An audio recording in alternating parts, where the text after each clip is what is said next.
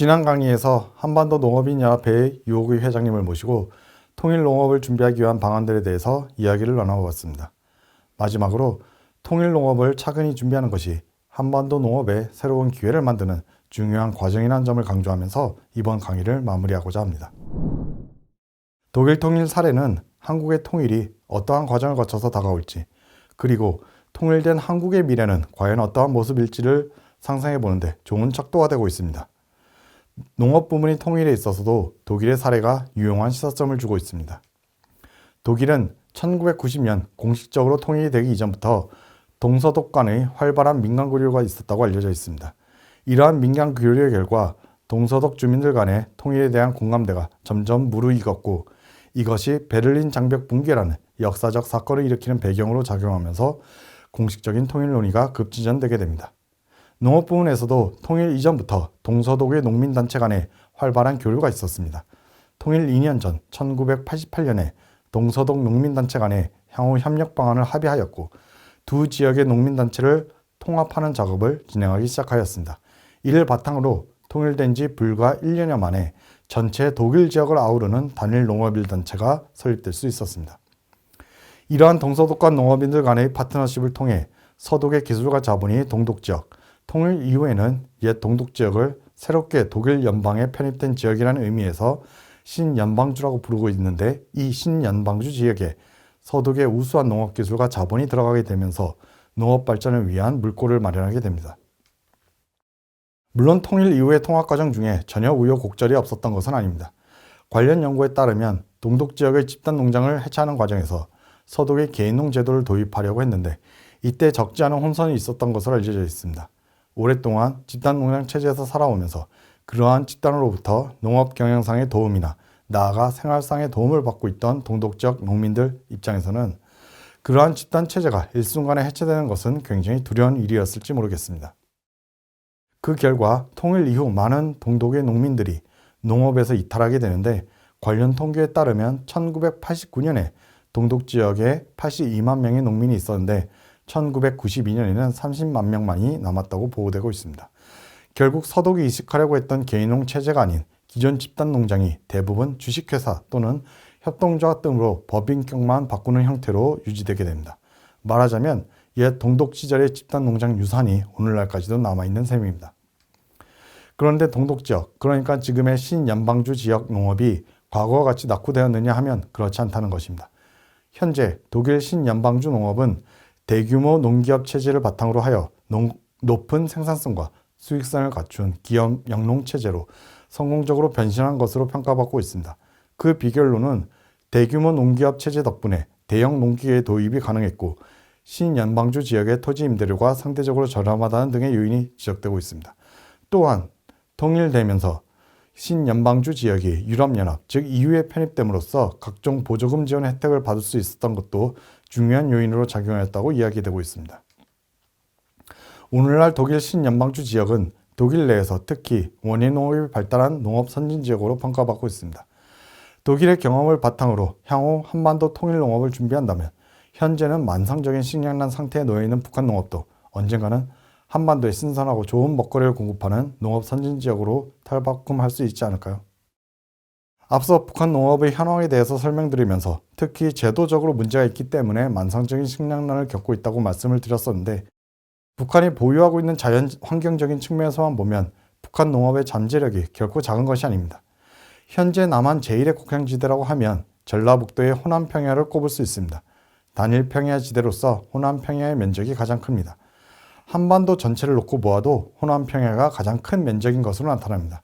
그러나 두 번째, 세 번째로 면적이 큰 평야지대는 남한이 아닌 바로 북한에 위치하고 있습니다. 황해도의 재령평야와 연백평야입니다. 북한 황해도 지역은 예로부터 기름진 곡창지대로 알려져 왔습니다. 우리는 북한의 농업이 열악하기 때문에 북한의 농업 환경도 안 좋을 것이라고 막연히 생각하는 경향이 있습니다. 그래서 이런 이야기를 하면 놀랍다는 반응을 보이는 분들이 적지 않습니다. 전체 경작지 면적을 비교해 보아도 남한보다 북한이 더 많은 경작지를 보유한 것으로 나타납니다. 2019년 기준으로 남한이 약 158만 헥타르, 북한이 약 191만 헥타르입니다. 북한 인구가 남한의 절반 정도에 불과하기 때문에 1인당 경작지 면적을 보면 북한이 훨씬 더 크다고 할 수 있겠습니다. 세계 최대 규모로 알려진 목축지대도 있습니다. 바로 북한 강원도 평강군 일대에 조성되어 있는 세포지구 축산기지입니다. 2014년부터 대대적인 공사에 들어가서 2017년에 조성이 완료되었다고 하는데 북한 당국의 주장에 따르면 그 면적이 5만 헥타르에 이르고 있습니다. 기존의 세계 최대 목장인 뉴질랜드 마운트 펜버 스테이션보다 2배나 큰 면적입니다. 2017년 중공 기사를 보고 저도 북한 당국의 주장을 액면 그대로 믿을 수 없어서 그 일대의 위성 사진을 하나하나 확인해 본 적이 있습니다. 인공위성 사진을 보면 최근에 지어진 것으로 보이는 축사 건물이 100여 개 동이나 확인이 되는데 그 주변 목초지를 어림잡아서 합산해 보면 5만 헥타르까지는 되지 않지만 얼추 비슷한 규모일 것으로 추산되고 있습니다.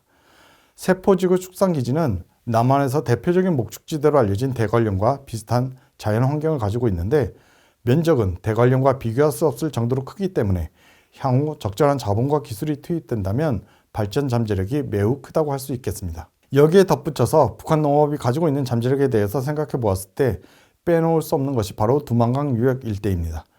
두만강 유역은 러시아, 중국이 태평양 지역으로 나갈 수 있는 해상 관문이면서 바다를 건너서는 일본, 미국이라는 경제 대국이 위치해 있는 지경학적으로 우월한 입지 조건을 갖추고 있는 지역이라고 할 수 있습니다. 두만강 유역의 중국 측은 동북 삼성 지방이고 러시아 측은 연해주 지역이라고 할 수 있는데 두 지역 모두 광활한 면적을 보유하고 있지만 아직까지 경제발전 혜택을 받지 못하여 상대적으로 두 국가에서 낙후된 곳으로 평가받고 있습니다. 라선시를 제외하고는 아직 개혁 개방이 되지 않은 북한 측 지역에 대해서는 말할 것도 없을 것 같습니다. 두만강 유역의 중국 측은 동북 삼성 지방이고 러시아 측은 연해주 지역이라고 할 수 있는데 두 지역 모두 광활한 면적을 보유하고 있지만 아직까지 경제발전 혜택을 받지 못하여 상대적으로 두 국가에서 낙후된 곳으로 평가받고 있습니다. 라선시를 제외하고는 아직 개혁 개방이 되지 않은 북한 측 지역에 대해서는 말할 것도 없을 것 같습니다. 두만강 유역 일대는 아직까지 미개발된 지역으로 남아있는 지구상의 지역 중에서 지경학적인 조건으로 보면 가장 개발 잠재력이 큰 곳으로 평가할 수 있겠습니다. 이러한 두만강 유역의 개발에 UN 등 국제기구도 관심을 가지고 오래전부터 추진하여 왔지만 아시다시피 국제 정세의 문제 때문에 뚜렷한 진전을 보이고 있지 못하고 답보 상태에 머물러 있기도 합니다. 향후 남북 통일이 이루어지게 되면 이러한 두만강 유역 개발이 가장 유망한 사업이 될 가능성이 높습니다. 남북 통일이 되었다는 것 자체가 그동안 이 지역의 개발에 장애인으로 국제 정세의 문제도 어느 정도 다는 의미인 만큼 두만강 일대가 가장 우선순위로 국제 되어 개발되는 곳이 될 수 있습니다. 이 지역 일대는 기술과 자본이 투입된다는 것은 한반도 농업에 있어서도 매우 역사적 계기가 될 수 있습니다. 남한 역시 제한된 자연 인해 필요한 식량을 모두 한반도 고유 영토 내에서 생산하는 것은 입니다. 따라서 를 개발하는 것이 필수적인데 동북 삼성 및 연해주 지역은 지리적으로도 인접해 있기 때문에 강한 지역이 될 수 있습니다. 향후 그려볼 수 있는 통일농업의 두만강 유역 일대의 경제, 선진 기술과 자본이 통일 한국의 먹거리를 든든한 식량기지가 되어 있는 모습입니다. 물론 미래가 흘러갈지 아무도 예측 이러한 상상력과 희망, 꿈을 지금부터 우리가 할 수 있는 것부터 해가야 하지 않을까요? 이것으로 한국 농업의 미래상, 통일 농업에 대한 강의를 마치기로 하겠습니다. 마지막 부분은 먼 미래를 다 함께 준비해 나가자는 화두를 던지는 것으로 마무리하였습니다.